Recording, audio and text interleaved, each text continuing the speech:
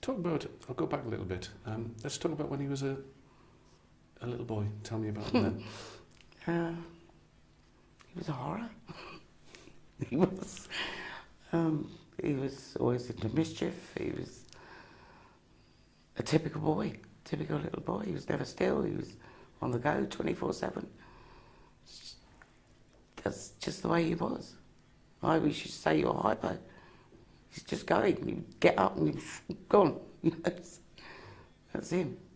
Typical lad. Yeah. He had his moments, but yeah, he was a typical lad. When he came to leave school, what did he want to do? How did you see his life planning? I don't know really. He tried all sorts. He didn't have any one particular thing in mind. He liked cooking, but he wasn't focused on one thing.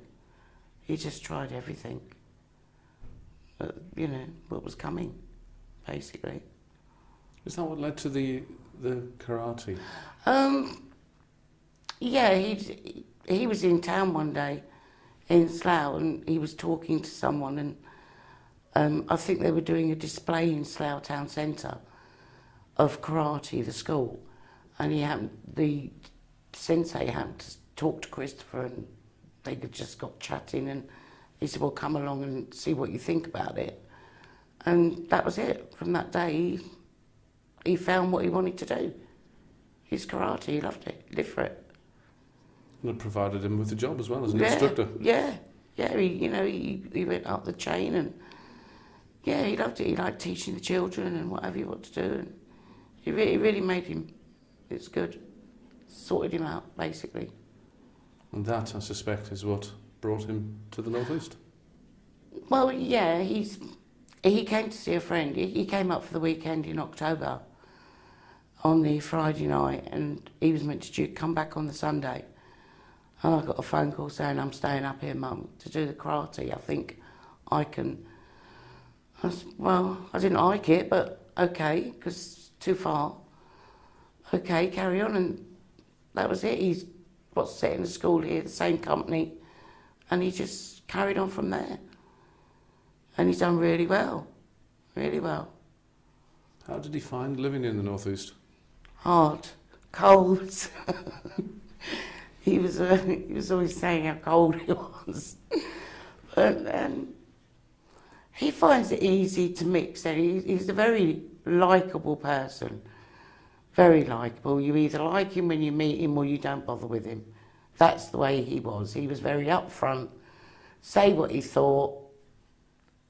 Do you know what I mean? You couldn't sort of stand back and say, oh, well, do I or don't I? It's either I do or I don't like him.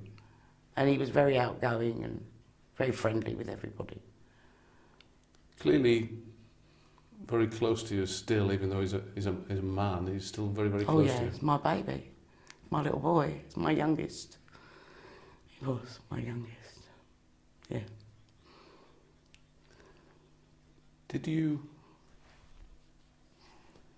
Are you okay? Yeah.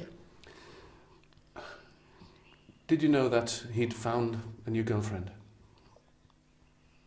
No. This is Christopher. I had a phone call one week. Oh, I'm seeing so-and-so. Then the following week is, oh, I'm just going out with so-and-so. And I said, well, what about so? Oh, well, you know what it is, man. That was it.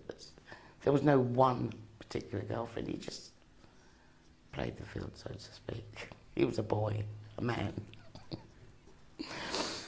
How often did he call? Not as often as I'd like, but at least I heard from him at least once every 2 weeks.